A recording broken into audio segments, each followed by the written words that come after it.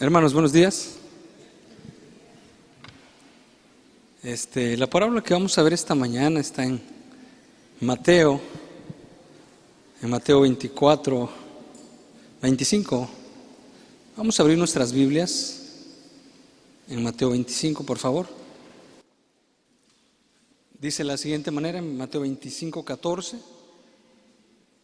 porque el reino de los cielos es como un hombre que, yéndose lejos, llamó a sus siervos y les entregó sus bienes. A uno dio 5 talentos, y a otro 2, y a otro 1, a cada uno conforme a su capacidad, y luego se fue lejos.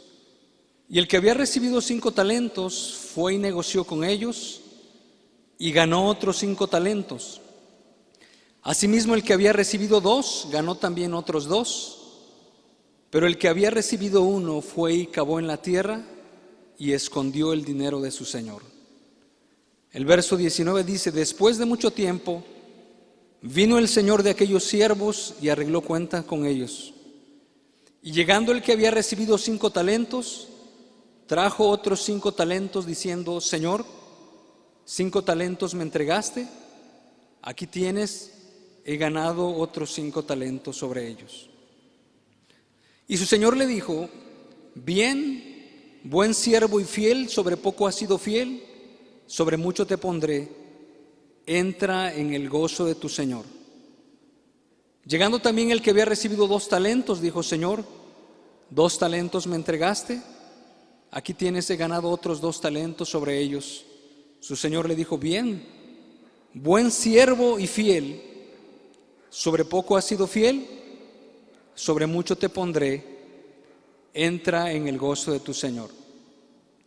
Pero llegando también el que había recibido 1 talento, dijo: Señor, te conocía que eres hombre duro, que ciegas donde no sembraste y recoges donde no esparciste, por lo cual tuve miedo y fui y escondí tu talento en la tierra. Aquí tienes lo que es tuyo. Respondiendo su señor le dijo: siervo malo y negligente, sabías que ciego donde no sembré y que recojo donde no esparcí. Por tanto debías haber dado mi dinero a los banqueros, y al venir yo hubiera recibido lo que es mío con los intereses. Quitadle pues el talento y dadlo al que tiene 10 talentos. Porque al que tiene le será dado y tendrá más, y al que no tiene, aún lo que tiene le será quitado. Y al siervo inútil echadle en las tinieblas de afuera, allí será el lloro y el crujir de dientes. Vamos a pedirle a Dios que Dios nos bendiga. Señor, te damos gracias por esta mañana. Sabemos que tu voluntad es buena, tú eres bueno para con nosotros, para con cada uno de nosotros. Bendito Dios. Has dado tu palabra, Señor, has dado tu evangelio y has enviado a tu Hijo Jesús para salvarnos de los pecados, Padre bendito. Bendito Dios, ¿quién puede entender, Señor, sin tu influencia, Señor, tu palabra? ¿Quién puede entender en la carne lo que tú quieres de nosotros? Bendito Dios, te pedimos que seas paciente para con nosotros, que nos des la luz, bendito Dios, de lo que tú quieres que nosotros hagamos, Padre, y que podamos nosotros apercibirnos de lo que tú nos hablas en esta parábola, de tal manera que nuestro corazón pueda revivir, que nuestro corazón pueda encenderse, o nuestro corazón pueda, Señor, seguirse alentando, Padre bendito, para hacer tu voluntad, para hacer la obra que tú nos has encomendado aquí en esta tierra. En el nombre de Jesús te pedimos, por favor, de tu ayuda y tu bendición. Amén. Hermanos, en el contexto de esta parábola que nosotros estamos viendo, está relacionado precisamente con otra parábola anterior que se refiere a la parábola de las 10 vírgenes. En esa parábola de las 10 vírgenes, el Señor Jesús, casi al final de esa parábola, dice: velad pues, porque no sabéis el día y la hora en que el Hijo del Hombre ha de venir. Y bueno, y entre esta parábola y también más anteriormente en el contexto con otras ilustraciones que el Señor Jesús nos da, nos habla precisamente de dos cosas: de que nosotros debemos de estar preparados y debemos de estar velando. Dos cosas que tenemos que hacer. Sin embargo, a veces cuando nosotros escuchamos la palabra de que debemos de estar velando, podemos nosotros imaginarnos a una persona, bueno, que simplemente está velando, ¿no? Que simplemente está despierto y bueno, y está velando.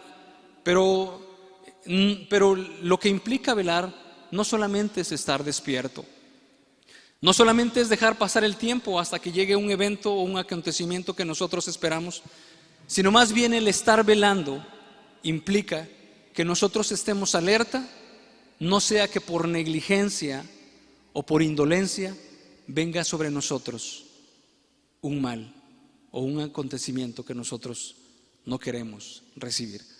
Y bueno, y también la palabra de Dios nos hace referencia a eso, y también nos hace referencia al estar preparados. Algunas veces nosotros podemos decir, bueno, nosotros estamos esperando a la venida del Señor, y pareciera ser que nosotros debemos de estar dejando pasar el tiempo, porque nosotros entendemos que el Señor va a venir, y que bueno, y que de esa manera nosotros estamos esperando al Señor. O sea, nosotros lo estamos esperando. ¿Sí? ¿Cómo?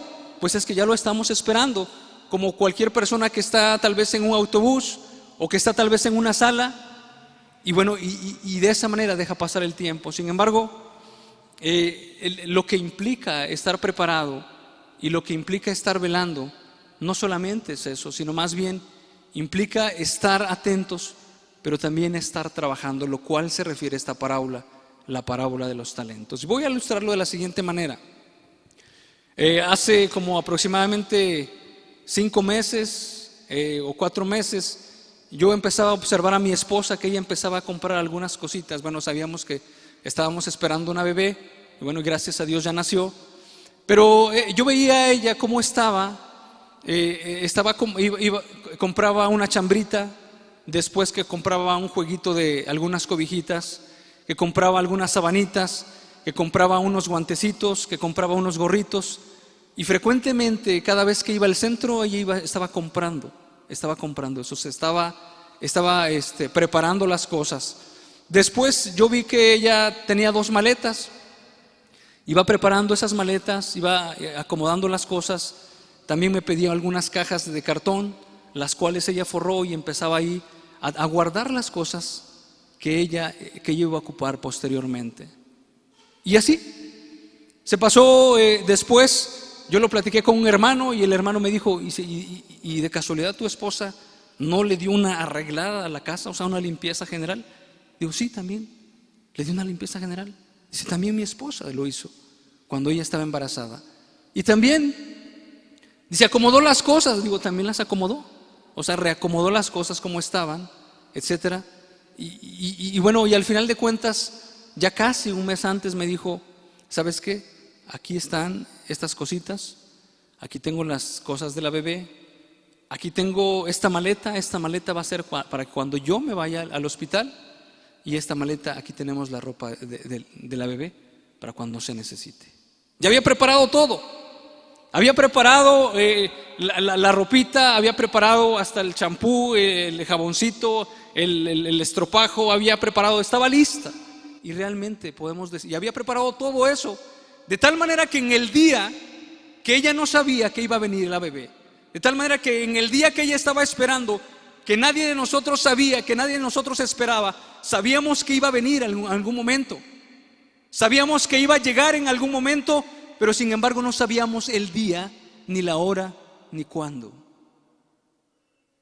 Y de esa manera es el contexto que al Señor Jesús le dijeron, ¿y cuándo serán estas cosas? ¿Y qué señal habrá tu venida y de fin del siglo? Y hermanos, y de esa manera entendemos que alguien está esperando al Señor Jesús. Que alguien está esperando, y no lo está esperando sentado en una silla, tal vez observando el reloj profético de Israel, y que bueno, está al pendiente de las noticias, que en un momento dado no está mal estar al pendiente de las noticias, y que bueno, al pendiente de las noticias, como algunas personas dicen, es que ya Israel le está pasando esto, y es que ya le está pasando lo otro, y es que ya va a acontecer esto, etcétera, y solamente está escuchando noticias y está recibiendo la información y dice, bueno, es que ya hay que estar listos. No es esa la manera, sino más bien la manera es que nosotros debemos de estar preparados y debemos de estar velando, pero con esa atención, de tal manera que nosotros estemos trabajando. Como el ejemplo que yo le di, que yo podía percibir, esta mujer está esperando un bebé. Esta mujer está esperando un bebé. Esta mujer está esperando a alguien, pero no solamente estaba diciendo, bueno, a ver cuándo llega, a ver cuándo nazca, te mando a comprar esto, te mando a comprar el otro, ahí en las urgencias, en las apuraciones y todo eso, a ver si conseguimos esto. No, esa es la idea, hermanos, de la cual nosotros debemos de estar velando y debemos de estar preparándonos. Y es la idea de la cual vamos a ver en esta parábola, que los cristianos, que los discípulos de Jesús están esperando, pero están esperando y también en la venida del Hijo de Dios, en su regreso, en su retorno, pero lo están haciendo con esa expectación, no solamente en esa expectación, sino están trabajando, están haciendo algo, están extendiendo el reino, están predicando el evangelio, están sirviendo, están llevando las buenas nuevas, están visitando a los enfermos en la cárcel, como más posteriormente lo vamos a ver. Y el Señor Jesús les decía, porque tuve hambre y me diste de comer, porque tuve sed y me diste de beber, estuve enfermo y estuve desnudo. Y esa es, hermanos, la idea de la cual nosotros debemos de estar esperando y debemos de estar preparados. No podemos decir, es que lo estamos esperando, ya estoy listo, como alguien pudiera decir así, bueno, es que yo ya me quiero ir con el Señor. La Biblia en Primera de Tesalonicenses, en Segunda de Tesalonicenses habla, en Tesalonicenses, que los discípulos de Tesalónica, dice, y esperaban al Señor Jesús. Pero no solamente lo esperaban diciendo, bueno, ya no vamos a trabajar, ¿no? O sea, realmente no era el contexto, porque también el apóstol Pablo los exhorta y los alinea con respecto a eso. Pero ellos estaban esperando, predicando el evangelio. Ellos daban a entender, el Señor va a venir, su regreso está profetizado, va a venir de tal manera que yo estoy trabajando, que yo me estoy preparando, que yo estoy velando para que el día en que venga no me agarre desprevenido, y para que el día que venga yo esté velando y entremos en las bodas del Cordero.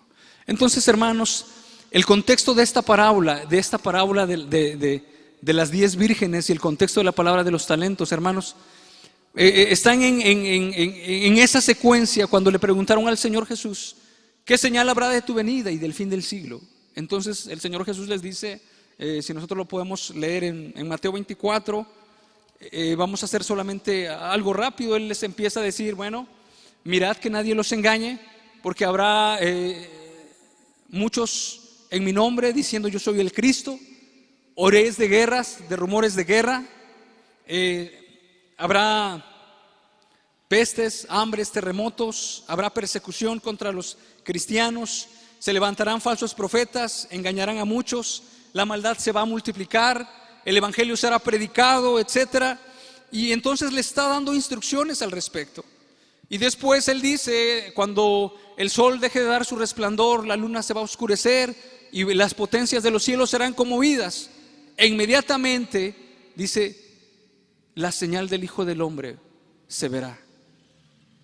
Y él les da a entender, enviará a sus ángeles y nos anticipa diciendo, cuando ustedes escuchen que alguien dice, aquí está el Mesías, aquí está Jesús, no le hagan caso. ¿Por qué? Porque la venida del Hijo del Hombre va a ser como un relámpago, va a ser muy rápido, y Él mismo enviará a sus ángeles y recogerá de los extremos de la tierra a sus escogidos. O sea, hermano, usted no se preocupe de que hay algunas personas que empiezan a preocuparse precisamente en la fecha y que, bueno, y dónde será el lugar y nosotros dónde vamos a estar, hermano, usted no se preocupe de eso. ¿En qué nos debemos de preocupar, hermanos? En que nosotros debemos de estar trabajando en la obra del Señor, haciendo lo que Dios nos ha encomendado que hagamos en nuestras vidas, velando y preparándonos de tal manera que cuando llegue el día, hermanos, Él nos tome y Él nos lleve. Usted no se preocupe. Usted no se preocupe bueno, si usted puede informarse, infórmese. Pero usted no esté preocupándose, bueno, nosotros pasaremos la tribulación, no la pasaremos. ¿Cuándo será? Que si primero será esto, que si primero será el otro. Bueno, puede usted cultivarse, pero realmente allí no se encuentra el meollo del asunto, hermanos. El meollo del asunto es que Dios nos encuentre velando y estemos nosotros preparados.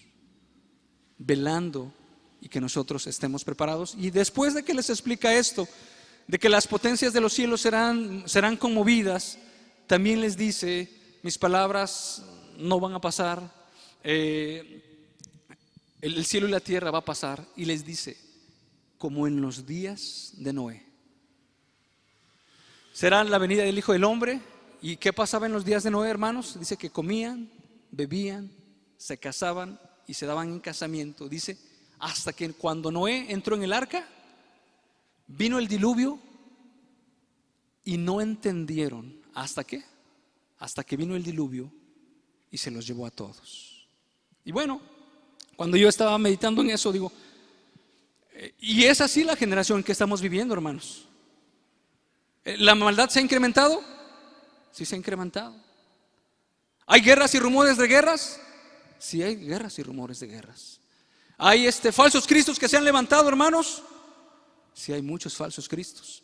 ¿Hay falsos profetas que se están levantando? Sí, hay muchos falsos profetas que se están levantando, hermanos. ¿Hay señales en el cielo? Ha habido señales en el cielo. Sin embargo, la gente que sigue haciendo, comiendo, bebiendo, casándose y dándose en casamiento. Y no es que esté mal que nosotros nos casemos. Algunos comentaristas han dicho al recasamiento, al tipo de vida de estar solamente buscando a la mujer. Y de tal manera, hermanos, que a pesar de eso, la gente sigue viviendo para sí mismo, para mí, mi egoísmo, mi comodidad, mi buena vida, mi disfrute, lo que es para mí, lo que yo voy a hacer, y voy a trabajar, y voy a edificar, y voy a plantar como en los días de Lot, y voy a hacer esto, y después voy a hacer el otro, y después voy a edificar mis graneros, y los voy a hacer más grandes, y después voy a construir esto, y después voy a tener esta familia, y después esto, y tendré más, y estos hijos, y después, etcétera. Una vida enfocada solamente en esta tierra, en lo terrenal y en lo material. Pero dice la Escritura que como en los días de Lot, va a ser cuando Lot salió de Sodoma, súbitamente, ¿qué pasó, hermanos? Cayó del cielo fuego y azufre. Y es que va a ser súbitamente, hermanos. La idea que se nos está dando es que va a ser algo súbito, o sea, va a ser de repente. Lo vamos a leer de esta parte, hermanos, cuando dice en el libro de Lucas. Vamos a verlo por allá, por favor.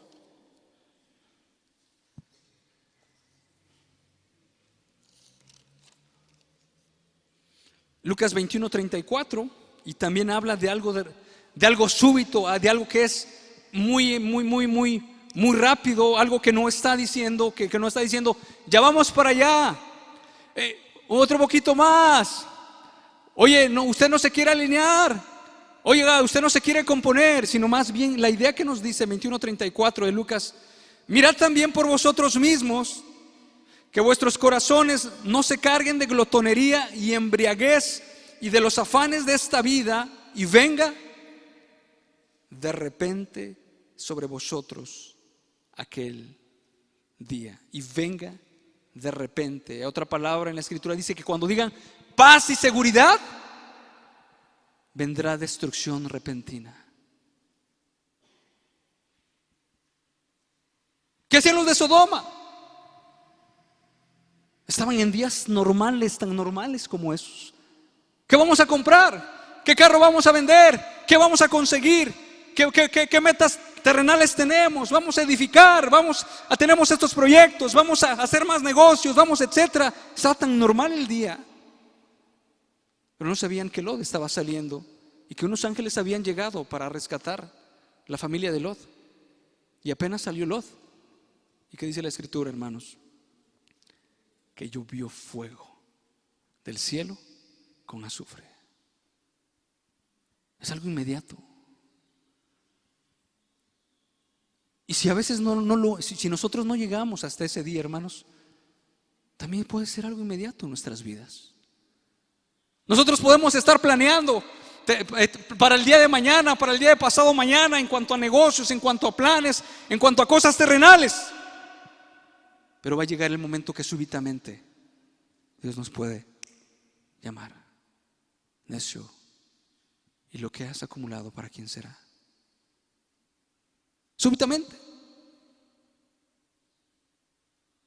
Y podremos hablar y decir: es que tenía harta juventud, es que era un joven de 25 años, es que era tan joven que tenía 35, etcétera. Nosotros podríamos esperar de algunas otras personas que están padeciendo enfermedades, etcétera, pero no lo podía pensar de un joven de 16. No lo podía pensar de un joven de 20, estando en su fuerza, etcétera. Súbitamente será quebrantado y no habrá para él medicina. Entonces, hermanos, en este contexto el Señor Jesús les está diciendo la condición de las personas, pero también la condición de las personas que habrá, pero también nos está advirtiendo a nosotros que debemos de estar preparados y al mismo tiempo debemos de estar velando. Y bueno, y para eso en Mateo 24 estamos hablando un poquito de la introducción, el contexto. Dice en el 24:42: velad pues, porque no sabéis a qué hora ha de venir vuestro Señor. Le está dando la instrucción. Las cosas van a ser demasiado rápidas. Dos van a estar en el campo, uno va a ser tomado y el otro dejado. Dos van a estar moliendo, uno tomado, una tomada y otra dejada. Así de rápido. No van a traer alguna pregunta: ¿quiere que se vaya o no se vaya? Dos van a tal vez ir en un vehículo, uno será tomado, otro dejado. Dos estarán en un negocio, uno tomado y otro dejado. En la familia estarán dos tal vez, uno tomado y otro dejado. Entonces el verso 42 dice, y nos está diciendo a nosotros, y le está diciendo a las personas: velad pues, porque no sabéis a qué hora ha de venir vuestro Señor. Está diciendo: velad. Estar velando. Y velar no es estar viendo el reloj profético. Y velar no es solamente ver alrededor y decir: están bien duras las cosas, se están poniendo peores, mira lo que salió en las noticias, estamos velando. Eso no es velar.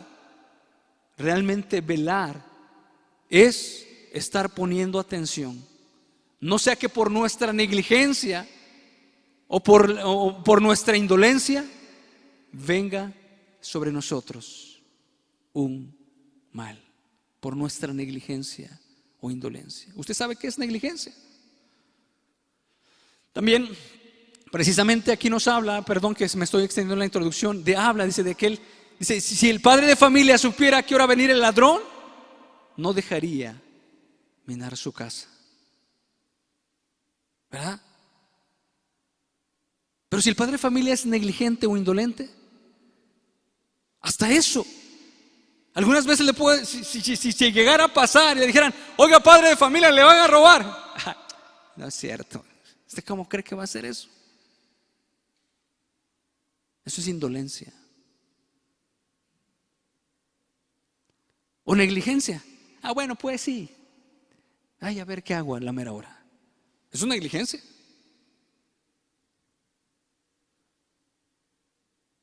Su carro ya se va a desvielar.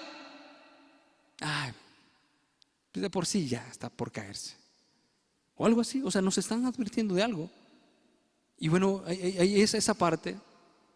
Y bueno, y de tal manera que nos está diciendo que velemos, porque no sabemos a qué hora ha de venir vuestro Señor. Y bueno, y de tal manera que en ese ejemplo de la persona que está cuidando en la casa, si supiera, dice la Escritura, estaría velando. estaría velando. Pero algunas veces, si nos dijeran eso, ¿cuántas veces de nosotros hay, o de personas cuando dicen, oiga, ¿no escuchó en la noche que había algunas personas, había ruido?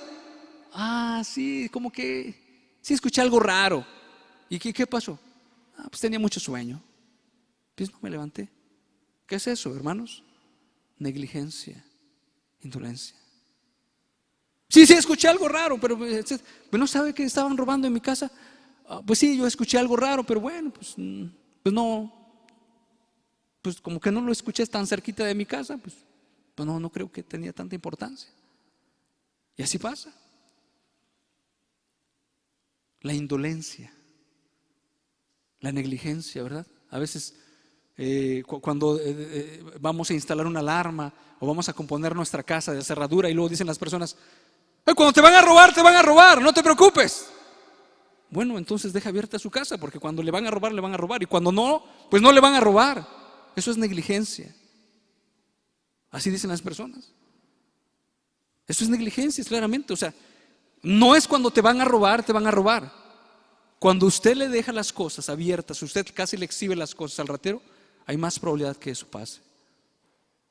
Y cuando o sea, usted toma las precauciones, usted puede hacer humanamente hasta donde él puede hacer. Y lo que usted no puede hacer, ¿a quién se lo encomienda? A Dios. O sea, haga usted lo que pueda hacer, lo que debe hacer. Y es precisamente aquí lo que nos está haciendo referencia. Hermanos, velad. Estar atentos. No sea que por negligencia o indolencia venga sobre nosotros este mal. Y más adelante en el verso 44 dice, por tanto, o sea, velad pues, porque no sabéis, el 42, a qué hora ha de venir vuestro Señor. Y luego dice, pero sabed de esto, que si el padre de familia supiese a qué hora el ladrón habría de venir, velaría y no dejaría minar su casa. Y el verso 44 dice, por tanto, o sea, por esta razón, también vosotros estad preparados, porque el Hijo del Hombre vendrá a la hora que no pensáis. ¿Y qué es estar preparado, hermanos? Estar preparado es como el ejemplo que le dije. No es estar que usted diga, bueno, no, pues yo ya perdoné a fulano de tal, yo no tengo ninguna deuda, tengo buenas relaciones con mis hijos, etcétera. Yo estoy preparado para morir en esta noche. Bueno, no lo sé. Estar preparado es que usted esté trabajando en la viña del Señor. Lo dice el verso 46. Bienaventurado aquel siervo al cual, cuando su Señor venga, le haya haciendo ¿qué? Así. O sea, ¿cómo le haya haciendo así? El verso 45 nos los dice un poquito más atrás. ¿Quién es pues el siervo fiel y prudente, al cual puso su Señor sobre su casa, para que les dé el alimento a tiempo? A ese señor, a ese esclavo, a ese criado, le asignaron una labor. Usted le vamos a asignar una responsabilidad tan grande de dar el alimento a mi casa. Esa es la responsabilidad que usted tiene. Yo me voy. El amo dice, yo me voy, pero cuando regrese, dice la Escritura, que ese amo, pero que ese esclavo va a ser bienaventurado cuando el amo regrese. ¿Pero por qué va a ser? Porque lo van a encontrar haciendo lo que le encomendaron hacer, hermanos. Lo que le encomendaron hacer, la labor que le encomendaron hacer, va a ser bienaventurado, va a estar trabajando en la viña del Señor, en el lugar donde lo encomendaron hacer. Allí va a estar, allí va a ser bienaventurado. Pero si se enreda en todos los negocios de la vida, pero si se afana, si se carga de afanes, de glotonería y de placeres, porque dice la Escritura, y si el siervo dijera, ay, mi Señor va a tardar, y empezar a golpear a sus consiervos, y empezar a tomar, y empezar a comer, y etcétera, dice la Escritura que va a venir su amo en el día que no espera y a la hora que no sabe, y pondrá su parte con los hipócritas. Y ahí será el llanto y el crujir de dientes.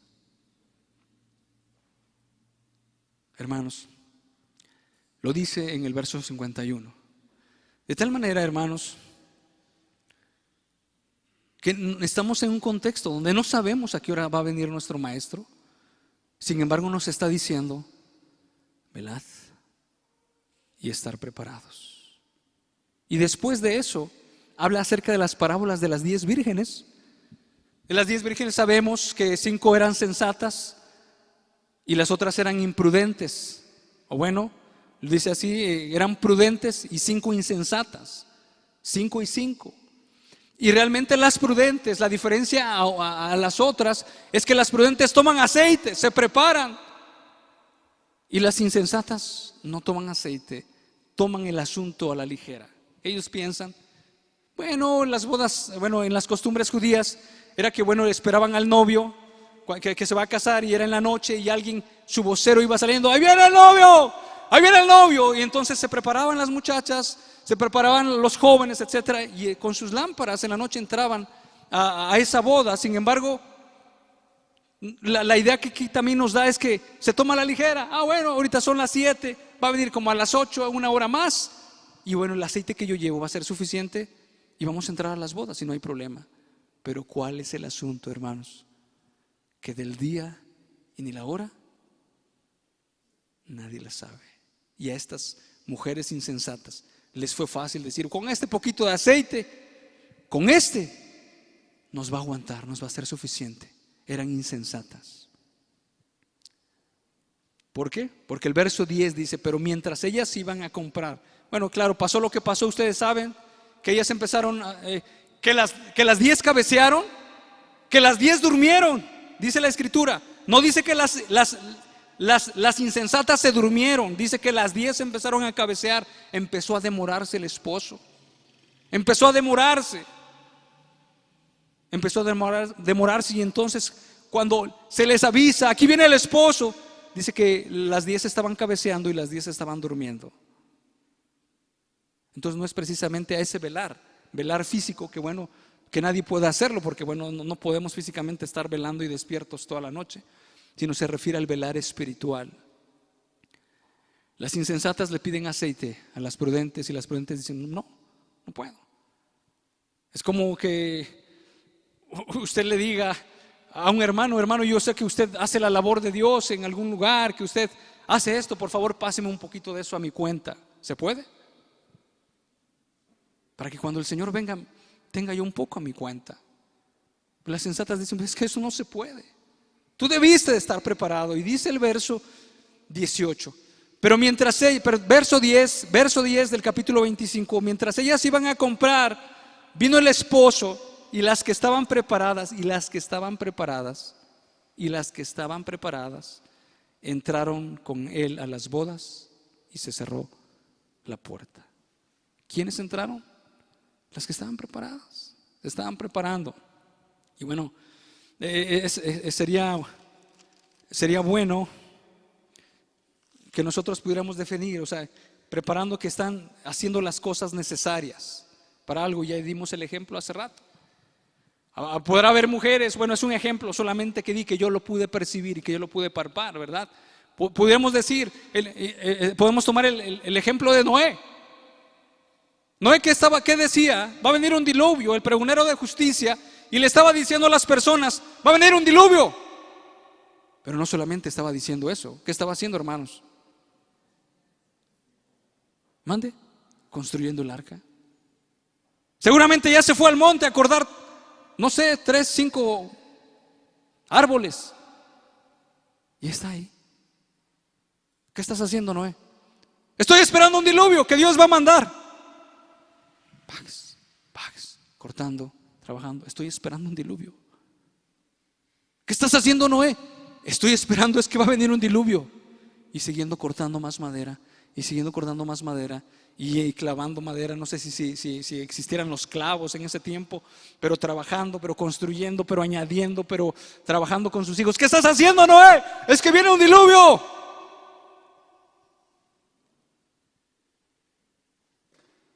¿Qué estás haciendo, hermano?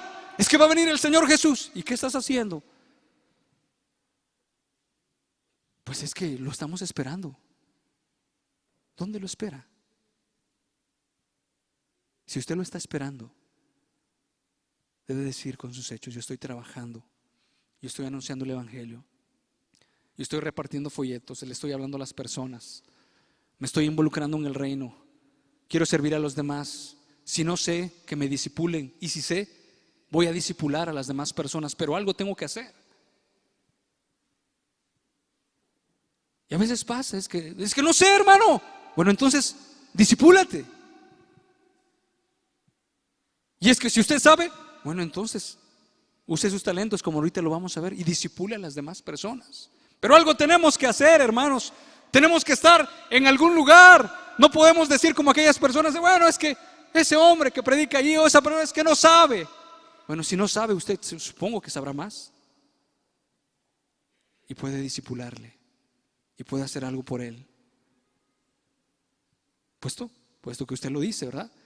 De esa manera. Entonces, hermanos, después inmediatamente, entendiendo el contexto, que el Señor Jesús está diciendo, velad y estar preparados, da esa parábola de las 10 vírgenes e inmediatamente la parábola de los talentos, que ya la leímos, hermanos.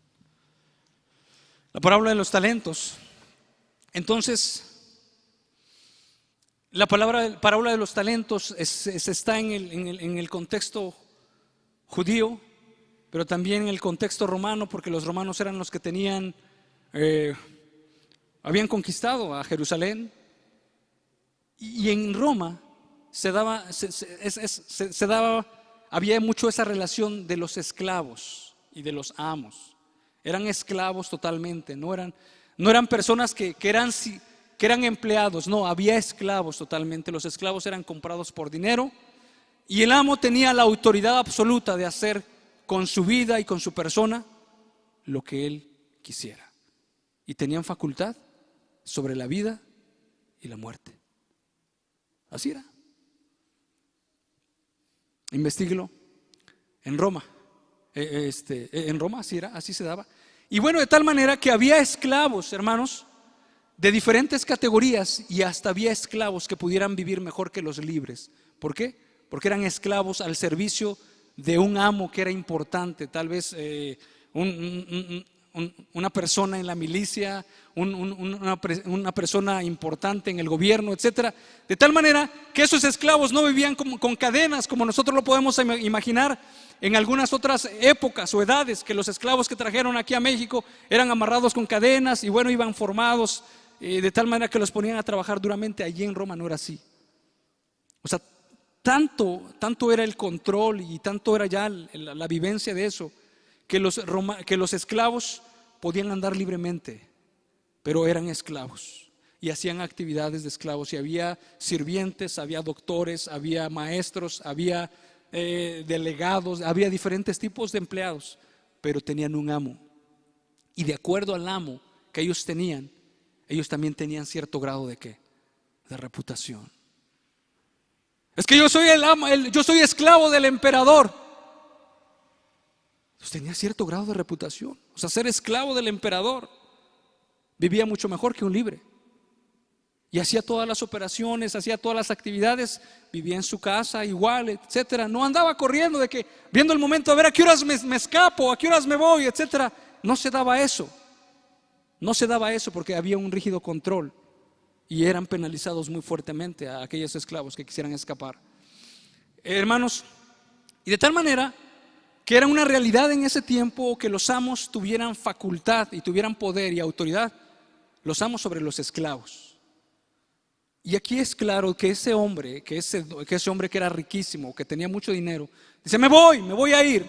Sin embargo, tengo que delego a uno, le delego 5 talentos, a otro le delego 2 talentos y a otro le delego 1 talento. Y un talento no es lo que ahorita se conoce como talento de que, bueno, yo tengo talento musical y toco la guitarra. No, eso no. Se refiere precisamente a una cantidad de dinero que equivale a 6,000 días de salario de un obrero. 6,000 días. Y esto equivale, hermanos, aproximadamente a 20 años.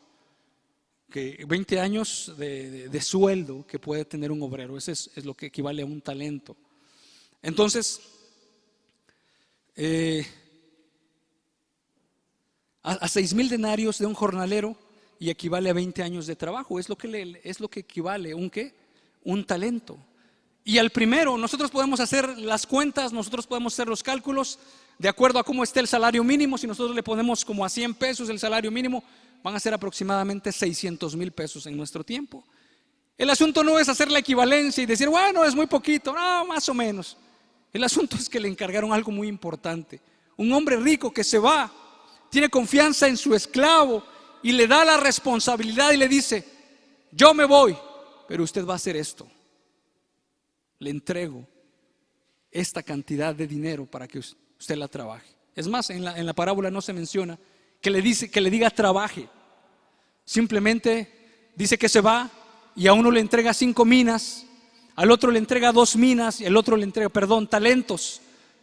A uno le entrega 5 talentos, al otro le entrega 2 talentos y a otro le entrega 1 talento. Era dinero. Lo que le entrega era una cantidad grandísima. Si nosotros ocupamos a 120 el salario mínimo, que dicen que ya subió, estamos hablando de ¿qué? De 1 talento aproximadamente a 120 pesos. Entonces hacemos la cuenta, estamos hablando aproximadamente 600 y tantos miles de pesos en nuestros tiempos. Pero ese es el que recibió 1 talento. El que recibió 5 talentos, estamos hablando y estamos hablando de unos millones, ¿verdad? De 3 milloncitos más o menos, si lo queremos nosotros queremos convertir o hacer el contexto en nuestro entorno normal. O sea, era muchísimo dinero. Se le asigna eso. De tal manera, hermanos, que se va. Ellos en la versión New American Standard Bible dice que el que había recibido 5 talentos inmediatamente salió. No se demoró. No estaba pensando, bueno, ahorita que se vaya me voy a tomar un cafecito, voy a hacerme como el que trabajo y como que gano y como que no gano y a ver qué me va a decir el patrón. Sino inmediatamente se pone a trabajar. Inmediatamente, dice immediately. El segundo también, immediately. Y el tercero dice que nada más se fue y escondió su talento. Estamos hablando de una realidad. Entonces, no estamos aplicando todavía, hermanos. De tal manera, dice que después de que pase el tiempo, el amo, con toda la facultad, como la tenía en aquel tiempo, total, sobre sus siervos, sobre sus esclavos, y eran esclavos. Incluso la palabra siervo en el Nuevo Testamento está se origina o se deriva de la palabra doulos, que quiere decir esclavo. Y el apóstol Pablo la utiliza como esclavo. Soy esclavo de mi Señor. Lo amo. Él es el que me manda, Él es el que me gobierna. Y en el contexto del Antiguo Testamento dice que si un esclavo no quería irse de la casa de su Señor, ¿por qué? Porque él decía, yo amo a mi Señor, amo esta casa, etcétera, me ha ido bien aquí, ¿por qué he de ser libre? Orad en mi oreja. Yo quiero ser su siervo para siempre.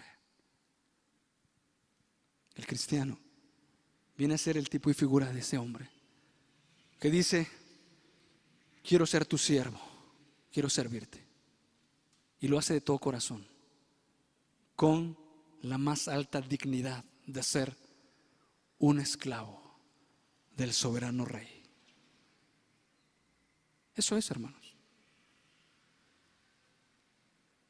O sea, no malentiendan, no que en el cristianismo traemos libertad. Sí, hay mucha sí, Dios nos trae libertad. Pero estamos haciendo una metáfora con respecto a que nosotros venimos a hacer de una manera no voluntaria, quiero decir, con esa libertad y con ese amor y con esa entrega a Dios de decir, Señor, todos tus pensamientos, tus buenos planes, todo eso es demasiado para mí, que en el mundo no puedo encontrar eso, solamente en servirte y vivir para tu reino. Entonces, llega y empieza a hacer cuentas con sus siervos, con sus esclavos, de tal manera que viene, el primero dice 5 talentos me diste, aquí tienes otros 5 talentos, habla de fidelidad, habla de que ese hombre le dicen, eres un buen siervo y aparte eres fiel. Eres muy fiel, ¿por qué? Y se puede apreciar porque ese hombre estaba totalmente entregado a la causa de su amo. Totalmente. No estaba diciendo, bueno, me voy aquí a gastar un año para ver qué puedo hacer. No, o sea, la fidelidad a su Señor era total. Mi Señor se va, pero yo le tengo que entregar buenas cuentas. Y seguramente ese hombre empezó a buscar los medios, las estrategias, a arriesgar el dinero, pero a hacer algo con sus talentos de tal manera que cuando viniera su Señor, Él pudiera entregarle: aquí está, te devuelvo tus talentos. De igual manera, le dice: sobre poco has sido fiel, sobre mucho te pondré. ¿Y qué quiere decir, hermanos? Yo cuando estaba leyendo eso, para muchas personas tal vez pudiera decir, bueno, es que sí, Señor, pero si fui poco fiel en lo poco, pero por favor ya no me des más chamba. Es que el deseo de un siervo, de un esclavo, ¿qué es, hermanos? Mande. Servirle más a su Señor. ¿Sí es cierto, hermano Ezequiel? Sí es cierto. Servirle más. Servirle. Entra en el gozo de tu Señor. Fueron recompensados igualmente el segundo y el tercero.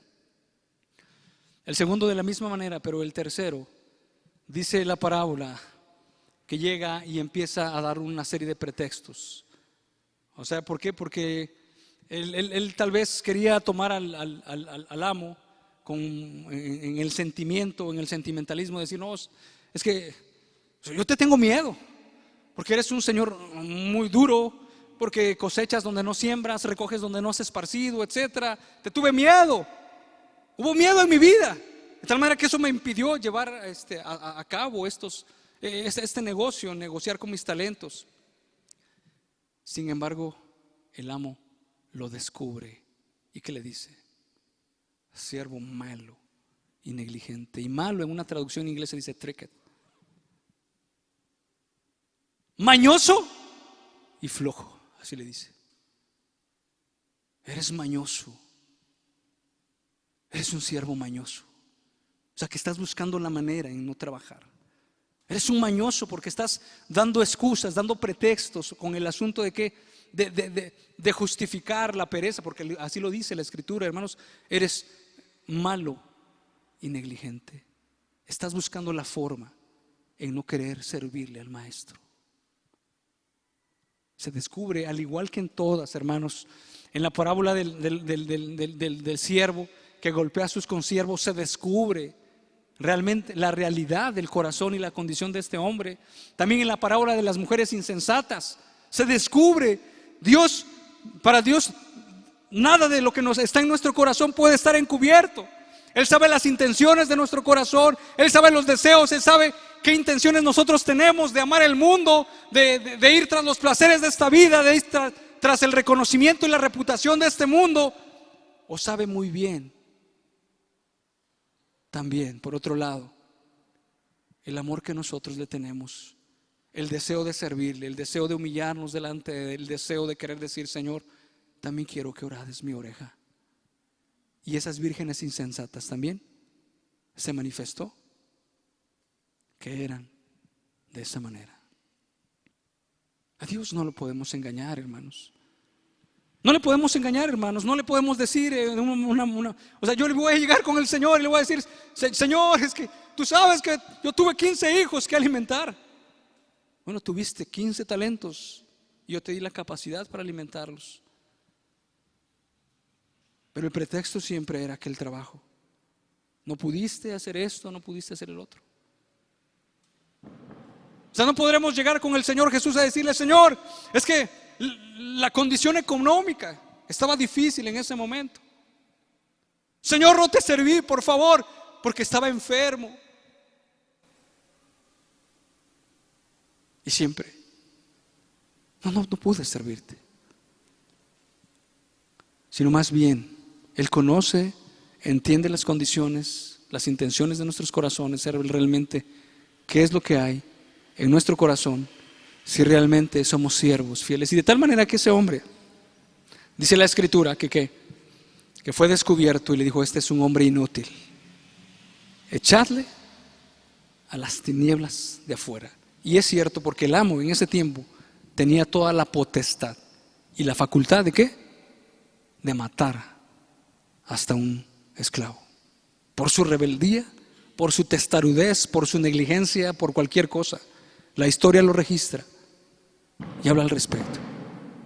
Siervo malo y negligente, dice la Escritura,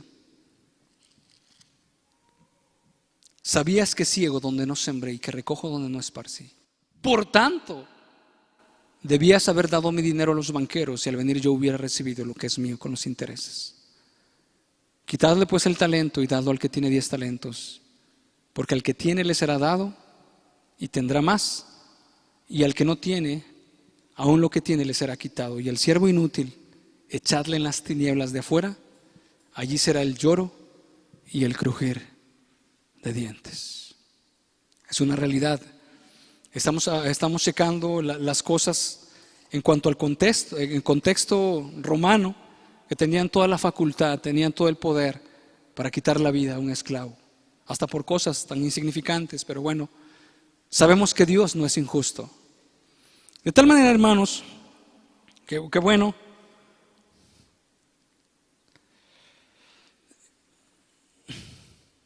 quisiera enumerar algunos puntos al respecto. Y el primero es que Dios es el Señor y dueño de todo. Él es el dueño, el Señor soberano. Si usted piensa que usted es dueño de su vida, que usted es dueño de su tiempo, de su salud, de sus posesiones, de su dinero, de su familia, incluso, porque podemos decir, cuando nació mi hija y dije, esta es la hija del Señor que Dios me ha dado. Ya me quería yo a posesionar inmediatamente. No, esta es mi hija. A veces rápido queremos llegar y decir, no, esta se parece a mí, etcétera, y lo que sea, ¿verdad? Pero eso no es una hija. Sí es mi hija, aquí podemos decirlo así.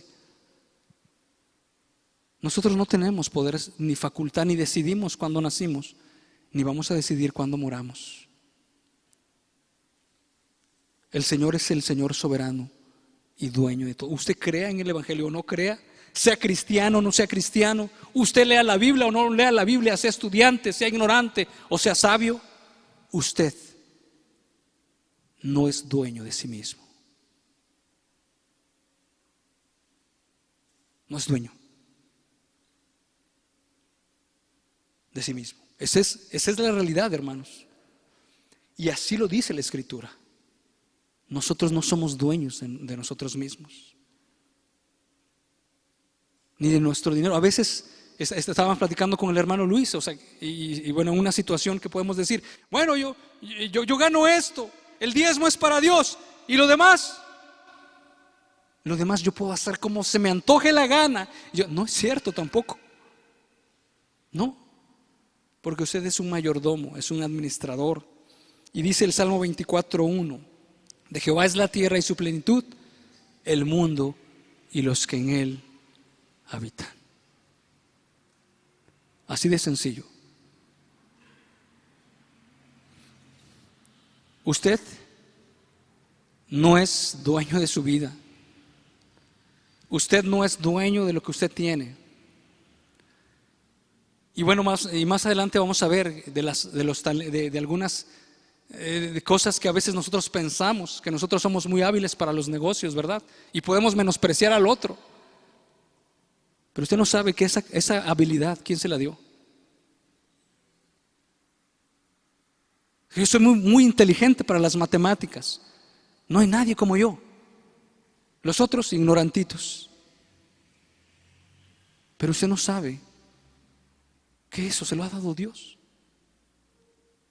Que esa habilidad para la computación, habilidad para arreglar carros, etcétera, no es de usted. Sin embargo, ¿cuántas veces nosotros nos jactamos y pudiéramos decir, es que aprendieran de mí? Yo soy maestro en estas cosas. Pues usted está mal administrando su talento, porque en vez de que usted lo esté ocupando para glorificar a Dios, usted lo está ocupando como ese siervo inútil para glorificarse a sí mismo. Hermanos, nos ponemos un ratito de pie, por favor.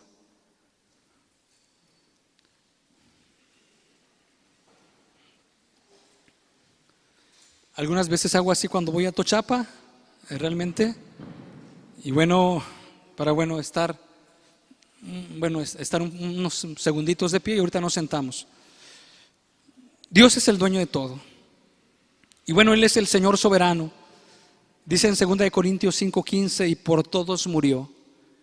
Si usted ha sido comprado por precio y por sangre, es usted un siervo de Jesús. Para que los que viven ya no vivan para sí, sino para aquel que murió y resucitó por ellos. Usted ya no va a vivir para usted. O sea, usted ya no vive para usted. Su cuerpo no es de usted. No lo puede manejar a su antojo. O sea, yo soy yo. Yo puedo hacer con él lo que sea. No es así. ¿O ignoráis que vuestro cuerpo es templo del Espíritu Santo, el cual no es de vosotros y le pertenece a Dios?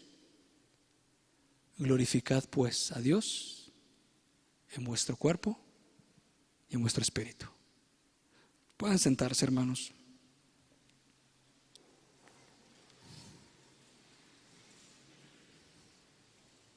Y Dios nos hace una encomienda a cada uno de nosotros, y esa encomienda es una gran responsabilidad. Es algo sumamente importante que nos ha dejado, que Dios nos ha dado a nosotros. Y esa encomienda, al inicio pudiera haber varias acepciones al respecto, pero esa importante responsabilidad o esa gran labor que Dios nos ha dado, la encontramos en el Evangelio de Mateo cuando se les dice: id y haced discípulos a todas las naciones, bautizándolos, y dice también otra parte, enseñándoles todas las cosas que os he mandado. La gran comisión se conoce, ¿verdad? Esa encomienda que nos ha dado Dios, en la cual usted y yo debemos de estar trabajando para que cuando venga el Señor estemos velando y estemos preparados. Si a usted se le hace una carga, seguramente es que todavía Dios no ha hecho una obra en usted. Si a usted se le hace una carga el servir a Dios, el someterse a Dios voluntariamente en amor, seguramente es que Dios todavía no ha hecho una obra de transformación en su corazón. Usted busca todavía su placer. El Evangelio, la extensión del reino, de hacer conforme a la voluntad de Dios en todos los aspectos, en la vida, en la iglesia, en el trabajo, en la escuela, en la comunidad, el llamado de Dios al servicio, etcétera, también nos ha dado habilidades, capacidades y dones. Y es un error pensar que somos nuestros el tiempo, el dinero, el cuerpo, nuestra familia, y todo lo que podamos tener lo podemos manejar a nuestro antojo. Eso no es cierto. Y para los intereses que mejor nos convengan, Dios un día nos va a pedir cuentas. Un día Dios nos va a pedir cuentas. Dice Rick Warren en su libro La vida conducida por propósitos: nuestro tiempo en la tierra y nuestra energía, inteligencia, oportunidades, relaciones y recursos son todos dones de Dios que Él ha confiado a nuestro cuidado y administración. Somos administradores de todo lo que Dios nos ha dado, todos los recursos que usted tiene, todo, su inteligencia, su capacidad para organizar, su capacidad para presidir. No todos podemos presidir. Hay gente que llega ¡pax! Y se cuadra toda la gente. Dice: oye, ¿cómo le hace? Dios le ha dado un talento, Dios le ha dado un don. Pero seguramente usted, si no está al servicio de Dios, lo está utilizando para sus propios propósitos, muy egoístas.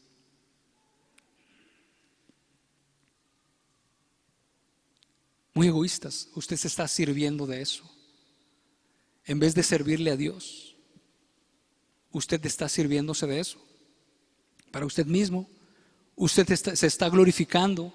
Usted es un ególatra. Usted es un idólatra. Dice.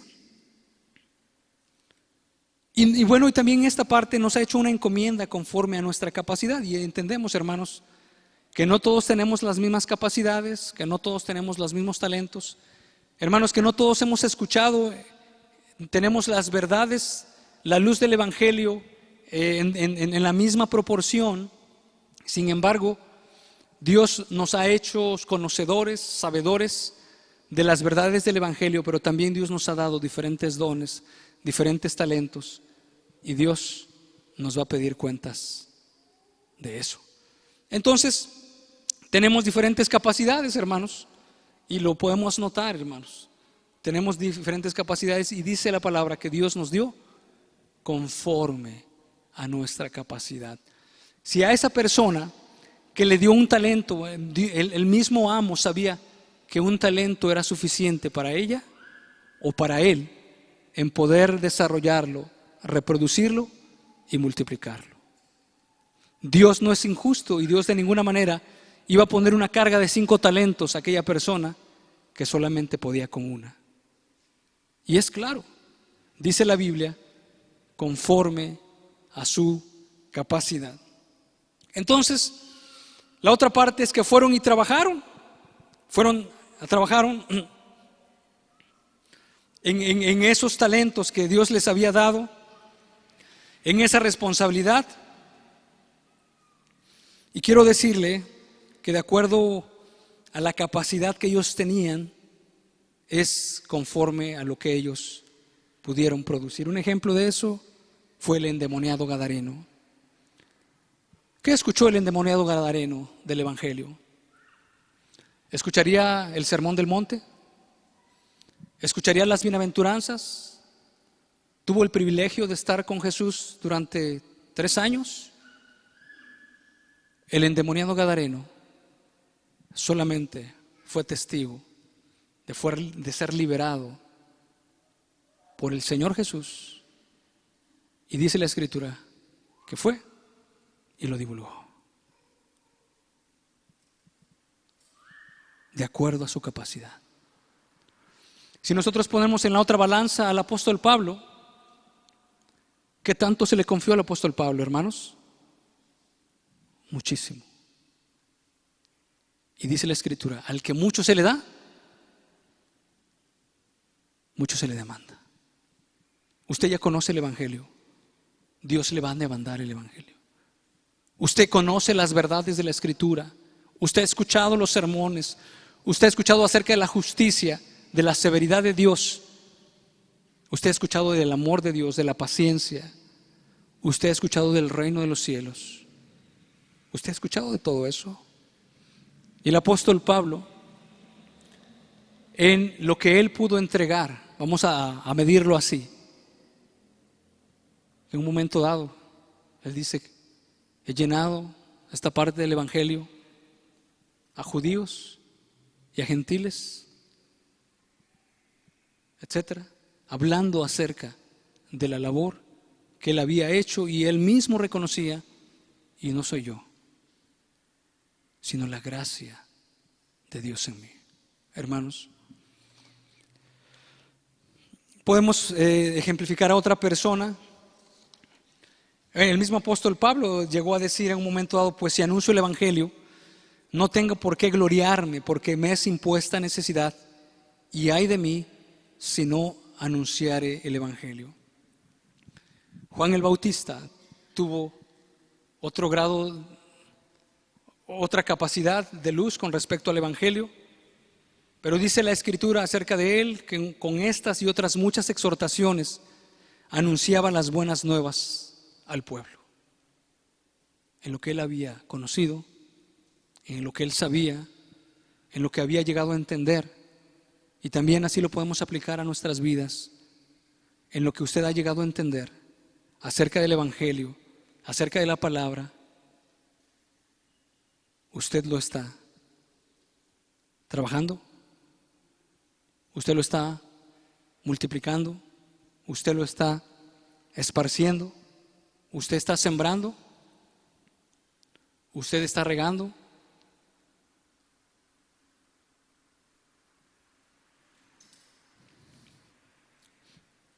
¿Y qué quiere decir de estas personas, hermanos? Usaron los medios disponibles, le glorificaron con sus vidas, tuvieron como meta principal y única trabajar para su Señor, de tal manera que hicieron productivo lo que se les había encomendado, arriesgaron sus vidas. El apóstol Pablo dice, en desvelos, en ayunos, en cárceles, etcétera. Arriesgaron. Y es lo que el hombre que tenía un talento no quiso arriesgar. No quiso arriesgar. Fueron perseverantes. La meta principal en esta tierra era glorificar a Dios con sus vidas. Y también ahí dice un canto, ¿no? Dice, no, ya no somos nuestros, hoy es dedicar ofrendas que adornen a Dios. Dones, talentos, debemos consagrar en su loor. Dice, ya no somos nuestros. Lo hemos cantado, hermanos. Sí, hermanos, es una realidad en nuestras vidas que ya no somos nuestros, que hoy es dedicar ofrendas que adornen a Dios. Dones, talentos queremos consagrar para gloria de Dios. Así sea, hermanos, así sea. Pero el que recibe un talento quiere consagrar sus dones para sí mismo, sus talentos para sí mismo, su inteligencia, su profesión, su escolaridad, su vida, su tiempo, sus talentos, sus oportunidades, su dinero, su negocio. Todo es para él.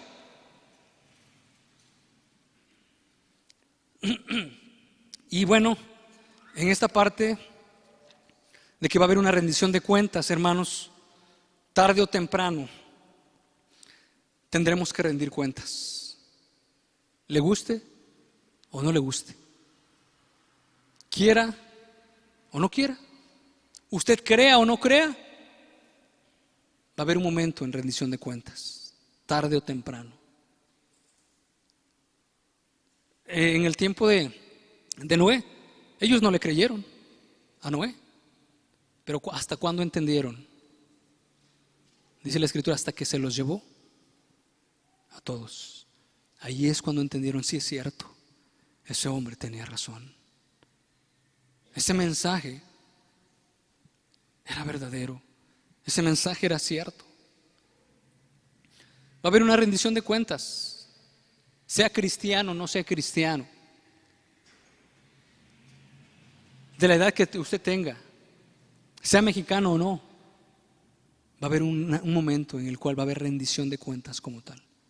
Y uno por uno pasaremos a dar cuentas de los dones, de los talentos, de las oportunidades, del tiempo, del dinero que hicimos con todo eso. Y le vamos a dar una explicación a nuestro Dios de lo que hicimos. Ya sea que le llevemos presentes y le digamos, esto es lo que yo hice para tu gloria, o le llevemos pretextos diciéndole, Señor, no pude. Tú sabes que yo no entendí el evangelio. Tú sabes que nada más estudié primero de primaria, tú lo sabes. No pude. Y no es que Dios esté exigiendo la secundaria o la universidad, sino más bien que en lo que nosotros le llevemos, Él mismo se va a encargar de decirnos.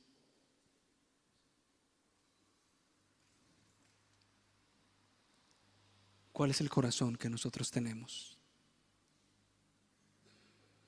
Es lo que nos va a decir, hermanos. A ver, y luego quiero leer lo que dice Rick Warren acerca de la vida conducida por propósitos. Dice lo siguiente: un día estará frente a Dios y Él hará una auditoría de su vida, un examen final. Cada uno tendrá que comparecer ante el tribunal de Dios. Dos preguntas cruciales se pueden inferir.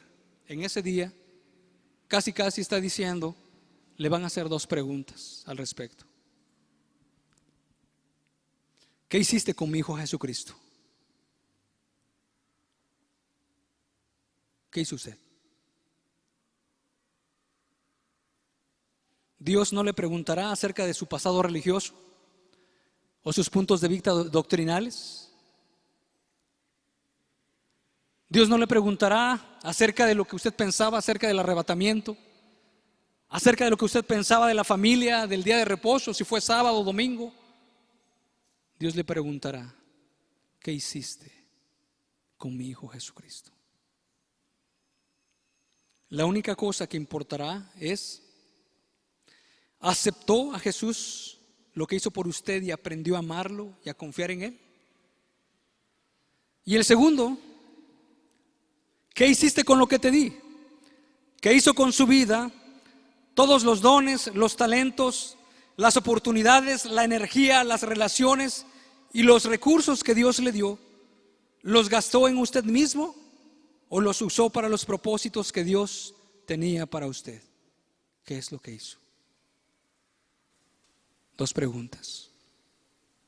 Y usted y yo en ese tiempo daremos una respuesta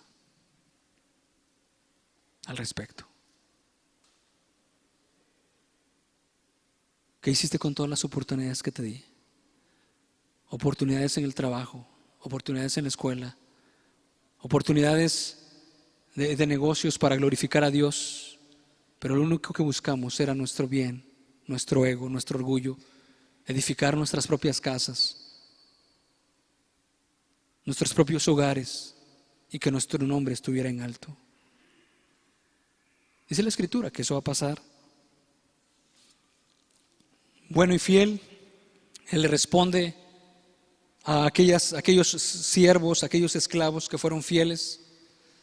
Dios se agradó de la obediencia y en la fidelidad de los siervos. A los dos se les alabó y los recompensó de la misma manera, a pesar de que los dos habían tenido diferentes responsabilidades. Me serviste con entrega y pasión, fuiste fiel. Y es que aquellos siervos no estaban en un momento dado diciendo: bueno, ahorita qué bueno que ya se fue, podemos hacer lo que nosotros querramos. Se les llamó fieles.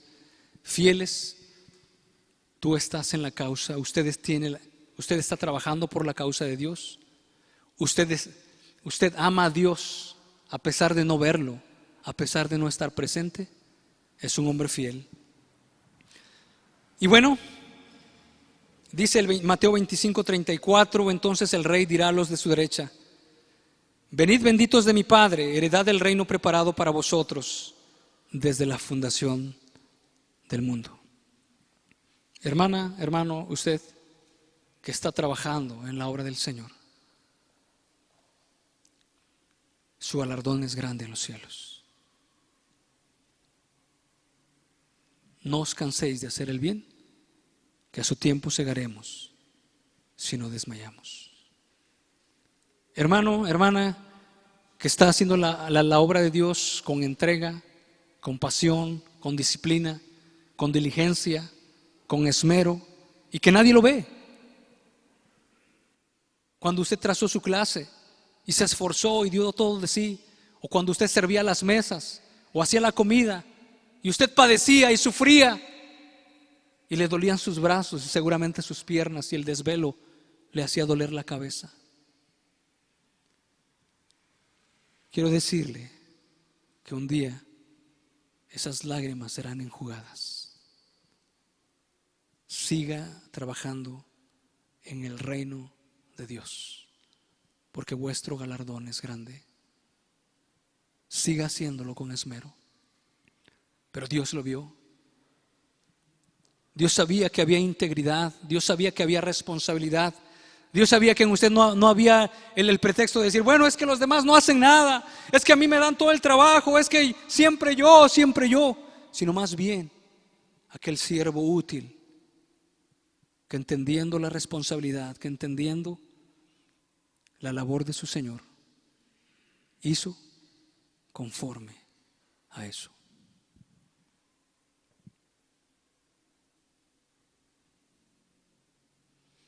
Siervo malo y negligente, le dijeron al que no había trabajado. Enterró sus talentos, usó de pretextos para evadir el servicio al Señor. Tal vez pensaba: ¿y qué tal si lo pierdo? Es una excusa acusa a Dios de ser injusto, y por lo regular, o mejor dicho, cuando nosotros no nos sometemos en el señorío de Dios, acusamos a Dios de ser injusto. ¿Y por qué nos va a juzgar? ¿Y por qué Él? ¿Y por qué tiene que meterse en mi vida? ¿Y por qué tenemos que vivir para Él? ¿Y qué no podemos vivir para nosotros mismos? ¿Y qué tal si yo hago eso? ¿A poco es pecado hacer esto? Etcétera. Le da un pretexto al amo, sin embargo lo descubren que era mañoso y flojo, viviendo para sí mismo, buscando su comodidad, evadiendo responsabilidades, pensando que esa manera pudiera evadir el castigo. Quería llegar por el lado del sentimiento. Señor, es que usted es un Señor tan duro y yo le tengo tanto miedo. De tal manera que el mismo amo le dice: bueno, si era cierto realmente, te deberías de poner a trabajar. A trabajar, a trabajar. ¿Cuántos pretextos pasaron por su mente al respecto de ese hombre negligente? No es el tiempo ahorita. Seguramente dentro de 10 años ya será el tiempo. No voy a poder. ¿Qué tal si le arriesgo? ¿Qué tal si pierdo? Cuando venga una oportunidad. Es que hoy hace frío. ¿Y mañana? Pues porque hace calor. ¿Por qué no va a la iglesia, hermano? Es que no tengo trabajo y estoy buscando trabajo. Y cuando ya tiene, ¿por qué no viene a la iglesia, hermano? Pues es que ya tengo harto trabajo.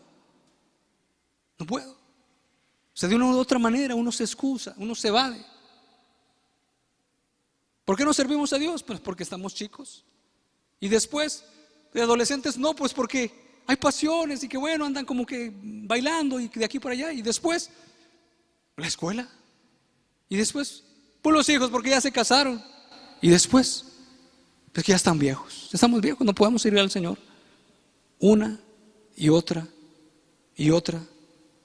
razón, mala razón tras otra, para evadir lo que nosotros tenemos que hacer con gusto, con amor y para la obra de Dios.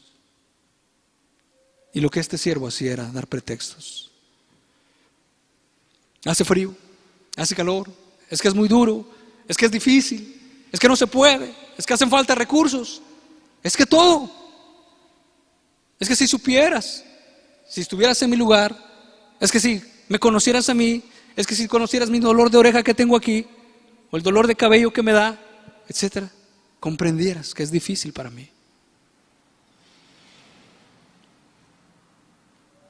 Y dice el verso 29 del capítulo 25: porque al que tiene le será dado y tendrá más, y al que no tiene, aún lo que tiene le será quitado.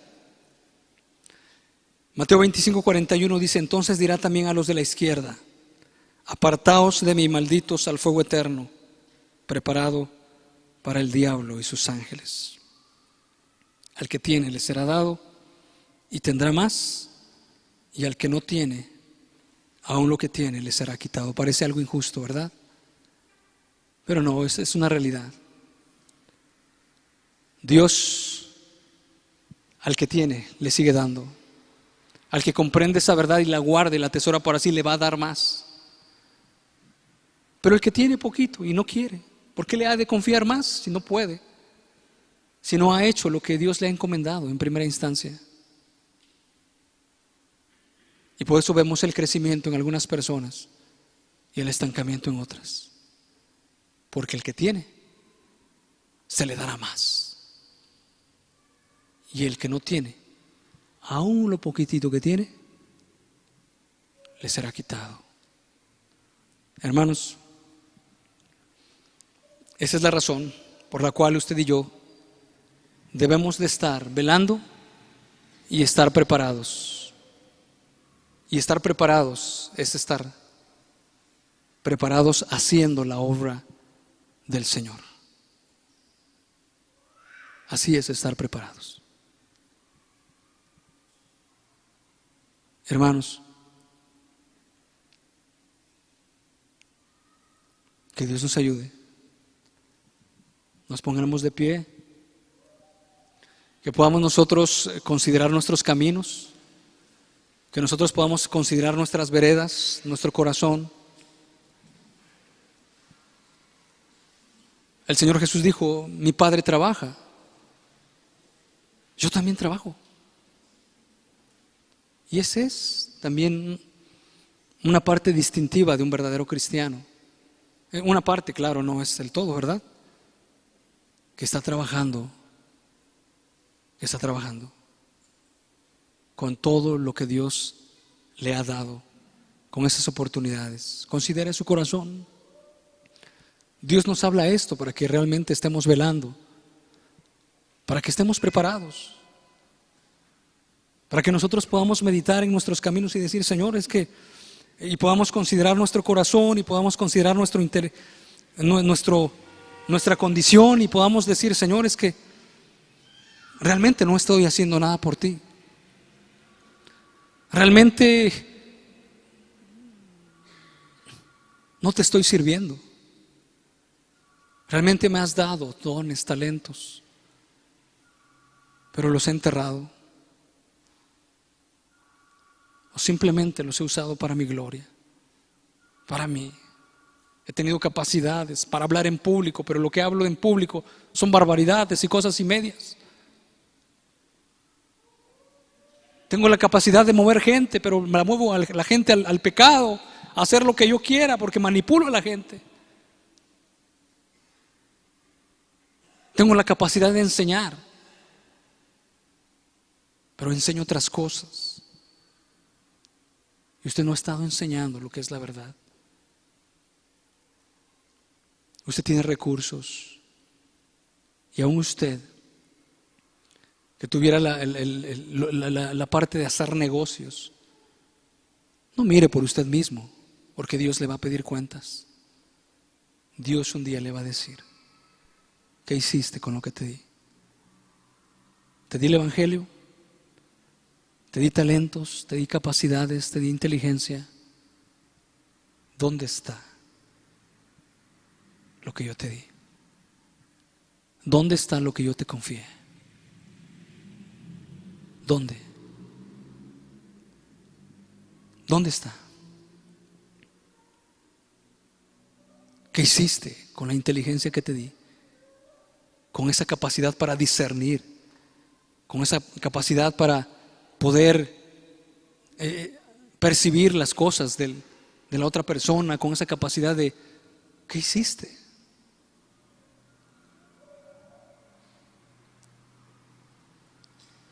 Y daremos cuentas en aquel día. Y será manifiesta nuestra insensatez o nuestro sometimiento delante del Dios del cielo. Medite, hermano, sea este tiempo para meditar. Dios nos está llamando. Dios nos está hablando. Dios quiere que nadie se pierda, sino que todos procedamos al arrepentimiento. Y no endurezca su corazón mientras te dice hoy. Y usted pueda percibir la condición y no espere el día de que, bueno, es que sí estoy mal, pero creo que otro día será bueno. Hoy, en tanto se dice hoy. Busque a Dios. Dios es el que le está hablando. Dios es el que le está llamando. Dios es el que escribió este mensaje, la Escritura.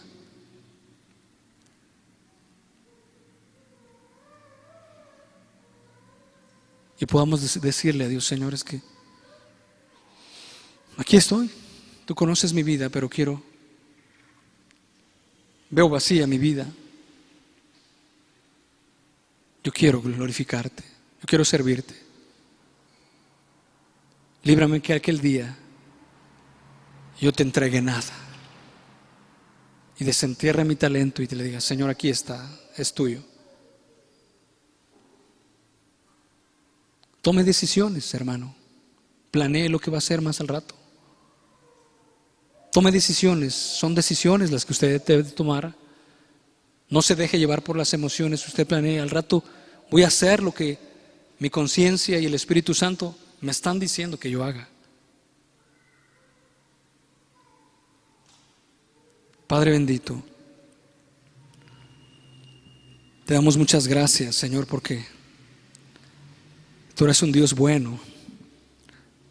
Tú eres un Dios tan amoroso, tan paciente, Señor.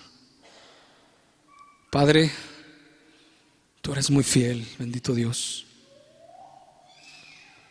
Señor del cielo,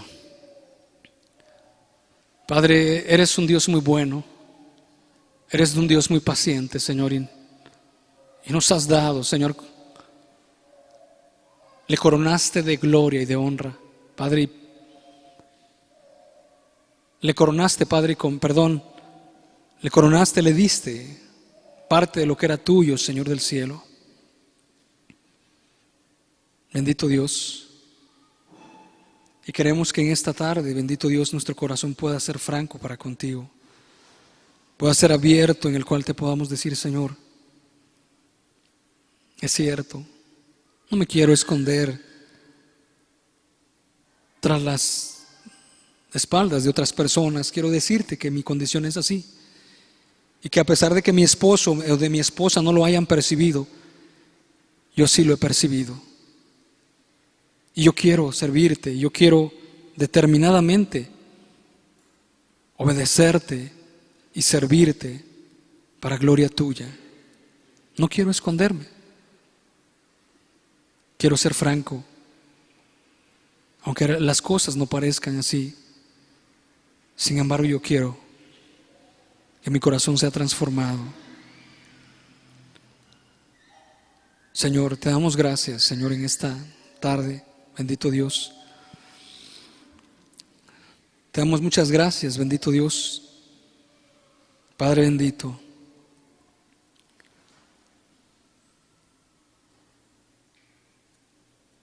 y Señor,